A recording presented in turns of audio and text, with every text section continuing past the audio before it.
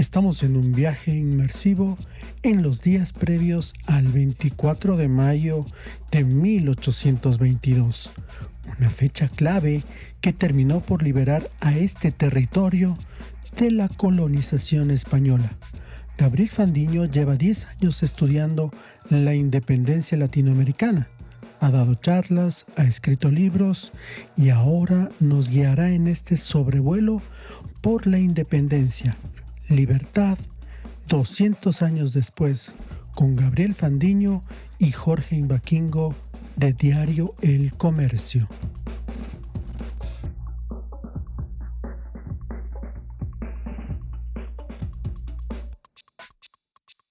Hola Gabriel. Hola Jorge, hola a todos. En este momento activamos la máquina del tiempo. Hoy es 22 de enero de 1822. Hemos tomado este viaje en el tiempo y estamos en esta fecha. Vamos a hablar de las operaciones secretas que contribuyeron a la victoria del Pichincha. Cuéntanos, Gabriel, ¿por qué esta fecha es tan importante, pero también por qué es tan desconocida? Muy bien Jorge, te voy a contar la importancia de esta fecha y por qué es desconocida. Hoy, 22 de enero de 1822, es un día crucial para la historia de la independencia de los territorios que en el futuro van a conformar el Ecuador. Porque el día de hoy van a salir desde San Borondón y Guayaquil las tropas libertadoras al mando de Antonio José Sucre. ¿Qué van a hacer estas tropas? ¿A dónde se dirigen? Estas tropas van a subir a la sierra para liberar todos los territorios ocupados por los realistas, pero sobre todo la joya de la corona que es Quito. El 22 de enero de 1822 Sucre embarca su ejército, se lo lleva rumbo al sur por la costa, por el Golfo de Guayaquil, en lanchas. O sea, es una ruta fluvial, todo, hombres, caballos, bagajes, van rumbo a Machala. De Machala, van a desembarcar en Machala y por la vía de Santa Rosa, o sea, hacia el este, van a subir por la montaña y van a llegar a la parte austral del Ecuador, todo lo que es Loja, Oña, Saraguro. Ahí precisamente en Saraguro el ejército de Sucre se va a encontrar con las tropas auxiliares que San Martín envía desde el Perú para apoyar las operaciones de Sucre hacia el norte, ¿no? Para ir a enfrentarse a los españoles. Esta marcha pues, de tropas es importantísima, pero hay un pequeño gran problema. ¿Cómo lograr que a la entrada de la sierra, ¿verdad?, no ser atacados o evitar que estén esperándolos los realistas, ¿ya? Entonces, es aquí donde se desarrolla una operación secreta que por el mismo hecho de haber sido una operación secreta es desconocida en nuestra historia, porque se la planeó, se la planteó, valga la redundancia, con mucho secreto, con mucha discreción, y es precisamente el hecho de que haya tenido, o haya estado oculta, pues, o se haya planeado así tan secretamente, que tuvo éxito. ¿Ya? Entonces, pero ¿cuál era esa operación secreta? Pues hacer creer a los realistas que las tropas de Sucre iban a entrar a la sierra por otro lado, no por el sur, no por la zona de Machala, subiendo hacia la sierra, hacia la cordillera. Sucre, lo que quería era hacer creer al enemigo que iban a entrar por otro lado. ¿Cómo consiguieron esto? ¿O de qué se trata esta operación?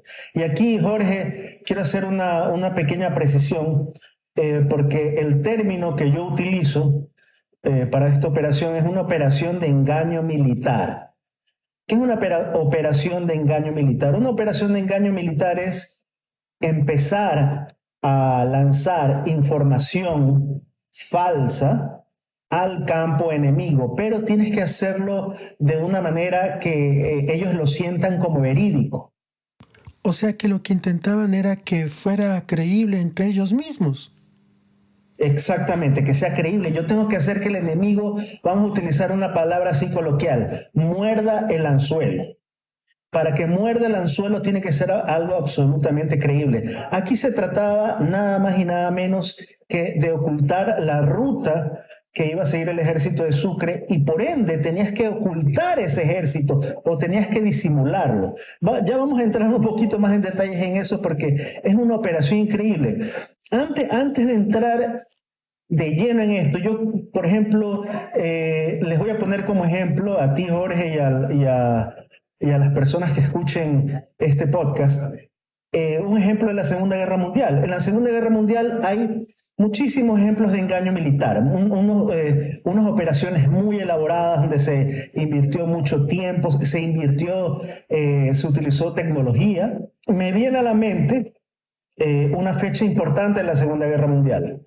El 6 de junio de 1944, el famoso día D, el día en que los aliados desembarcaron en Europa para atacar a las posiciones alemanas. Ese día y los días anteriores, pues hubo una intensa campaña de desinformación militar con el objetivo de ocultar el verdadero sitio de desembarco de las tropas aliadas. Oye, Gabriel, pero esto es lo interesante de todo esto de tener una máquina del tiempo, porque tú has relacionado cosas que ha habido en el tiempo. Ahorita estamos en el siglo XIX, estamos en la gesta libertaria, en los Andes, en el territorio que luego sería Ecuador, pero tú lo comparas con algunas cosas de lo que pasó en la Segunda Guerra Mundial. Eso es sumamente interesante. Ahora, ¿qué pasó con estos soldados que buscaban la libertad de estas tierras cuando estaban saliendo desde Guayaquil y trataban de irse a Santa Rosa? ¿Qué es lo que pasó? ¿Cómo fue esa cuestión? Bueno, Sucre les ha pedido a sus tropas que guarden total sigilo. Y de hecho, las mismas tropas no saben exactamente por dónde van a entrar, porque esto es una información que solamente le compete al alto mando militar, ¿no? Entonces ellos ya saben que deben marchar, saben que ellos, por ejemplo, no saben que, obviamente muchos ya de alguna manera sospechaban que era hacia la sierra que se dirigía, pero todavía tendrían dudas porque ellos no llevaban ropa para el frío, ¿verdad? Ellos no llevaban ropa para el frío, no llevaban ponchos, ese tipo de cosas necesarias para el ascenso. Todo ese tipo de vestimentas las recibieron después, ya cuando estaban en la sierra. Entonces sí hubo esas previsiones por parte del alto mando, ¿no? Mucho sigilo para las tropas, se informó lo menos posible, o se ha informado lo menos posible para, eh, para que, bueno, no haya ese tipo de filtraciones. Y aquí yo te voy a nombrar a un personaje que es clave en esta historia. Hemos hablado de Antonio José de Sucre, quien era el que lideraba a estas tropas y el que los debía conducir en esta marcha. Y te voy a nombrar a otro personaje que es muy importante. Estamos hablando, o vamos a hablar del coronel José Antonio Pontón. José Antonio Pontón tenía sobre sus hombros, o tiene sobre sus hombros, el gran peso de hacer creer a los españoles que otra iba a ser la ruta que iban a seguir las tropas de Sucre. ¿Para qué? Para que los españoles, bueno, se movilizaran o esperaran a las tropas en otro punto. Sucre planeó con José Antonio Pontón, delinearon sobre el mapa una ruta totalmente distinta. Era una ruta que, bueno, en principio, y esto sí es real, debía salir por Guayaquil, pero en vez de irse hacia el sur, esta falsa ruta iba a seguir al este, por Yaguachi, y de ahí por un punto que se llama San Pablo, que está entre Bucay y Payatanga, y de ahí subir a Lausí. Estamos hablando casi del centro de la sierra, ¿verdad? La ruta original era hacia el sur de la sierra, pero esta ruta falsa eh, era una conducción del ejército hacia la Sierra Central. ¿Cómo iba a lograr José Antonio Pontón, pues, hacerle creer a los españoles que por ahí iba a ser la ruta? José Antonio Pontón organizó a muchos jinetes que respondían a su mando, a guías. Guías en esa época pues eran más o menos lo que dice su nombre, eran personas expertas conocedoras de los territorios, ¿verdad? Que ellos sabían los senderos, los caminos para ir de un lado a otro. Y además, y esto es algo, aquí viene la dificultad de esta operación, comenzaron a recolectar en Alausí, le pidieron a los habitantes, y esto es increíble porque un pueblo entero se prestó para esta operación de engaño militar. Ya no estamos allá hablando solamente de un líder como lo fue José Antonio Pontón, sino que estamos hablando de un pueblo. ¿Qué se le pidió a este pueblo? Un pueblo que estaba totalmente por los patriotas, ¿verdad? Entonces se les pidió que comiencen a fabricar ponchos, ¿verdad? Que comiencen a fabricar alpargatas, pero no 100, que sean 2.000, 3.000 ponchos, una cantidad igual de pares de alpargatas, que se recolectara ganado, grano, aguardiente, bueno, todas las cosas que en esa época servían para darle lo que se llama el rancho a las tropas, es decir, el alimento a las tropas, pero en cantidades gigantescas, ¿verdad? Entonces, ellos lo hicieron de manera muy visible, a propósito, ¿verdad? Para que los espías enemigos, ¿verdad? Comenzaran a ver, bueno, y aquí en este punto, mira, ya hay gente que está recolectando granos, ganado, y para quién es todo eso?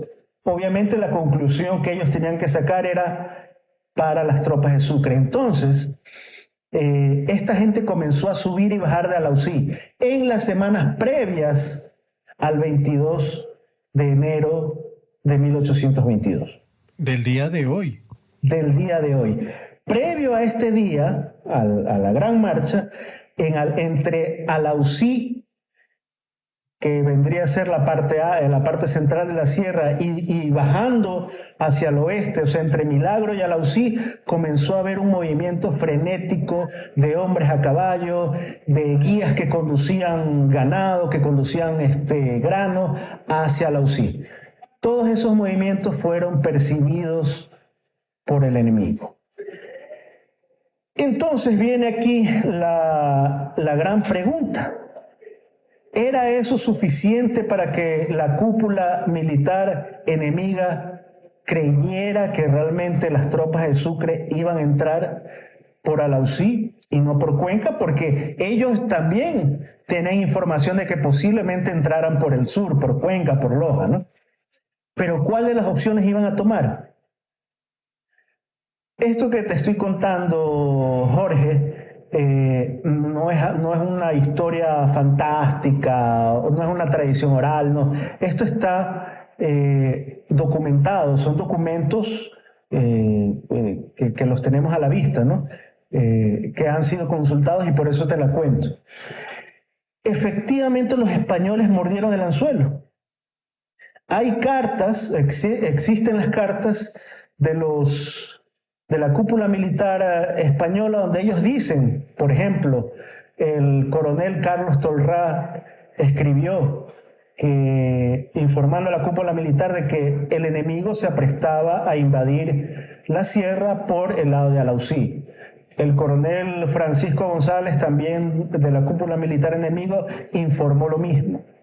Entonces, ellos decidieron tomar esa información por verdadera, y cuando Sucre, después de marchar, como efectivamente lo tenía planeado por Machala, y subir a la cordillera por el sur, cuando él por fin alcanzó la montaña después de 5 días de una marcha terrible, escalando, donde los hombres se enfermaron y llegaron muy débiles a la cordillera, él vio para todos lados y se sorprendió y dijo, bueno, hemos llegado y no hay tropas esperándonos. Eso quiere decir que ellos me esperan por otra parte. Ese es el primer indicio que tenemos de que efectivamente fue una operación de engaño exitosa llevada a cabo por José Antonio Pontón. Y por ende, pues, esta operación de engaño va a tener muchísimo éxito porque los enemigos quedaron totalmente despistados y Sucre pudo entrar a la sierra por el sur sin perder de un hombre, sin tener que enfrentarse a los enemigos. Pudo reunirse con las tropas auxiliares peruanas que lo esperaban en Saraguro, y ante esta reunión de tropas peruanas y las colombianas, pues se armó una fuerza de combate formidable, y cuando los realistas por fin se dieron cuenta de que habían sido engañados, trataron de reaccionar y recién ahí mandaron tropas. Pero cuando vieron o cuando supieron que este ejército se había vuelto tan grande, ¿verdad? Porque se le habían sumado tropas del Perú. Entonces los españoles decidieron no presentar combate y huyeron hacia el norte y dejaron abandonada la ciudad de Cuenca. Sucre tomó la ciudad de Cuenca. ¿Qué significa tomarse la ciudad de Cuenca, que a la final es la segunda ciudad más importante de la presidencia de Quito, de este territorio de la presidencia de Quito? Fue un golpe devastador para los realistas. Fue un golpe devastador porque, como tú mismo lo has dicho, era la segunda ciudad en importancia en la Real Audiencia de Quito en esa época. Era una plaza fuerte que no debía perderse. Y obviamente los realistas la tenían, pero cuando vieron que el número de tropas de Sucre se había acrecentado considerablemente, pues no les quedó de otra que abandonar Cuenca. Entonces Sucre pudo entrar a Cuenca sin disparar un solo disparo y apoderarse de la ciudad. Este éxito militar se debe a esa gran operación de engaño llevada a cabo por José Antonio Pontón. Esta historia, como te lo dije al principio, no es conocida, no se le ha prestado mucha atención, pero por lo menos a mí me parece algo fantástico y creo que debemos conocerlo, ¿no? Bueno, activemos la máquina del tiempo y volvamos a Quito, a Ecuador, al año 2022. Gabriel, ¿cuáles son las conclusiones que te deja esta historia tan interesante que hemos contado a nuestro público? Yo creo que son hechos relevantes que por diversos motivos durante 200 años han estado ocultos, ¿no?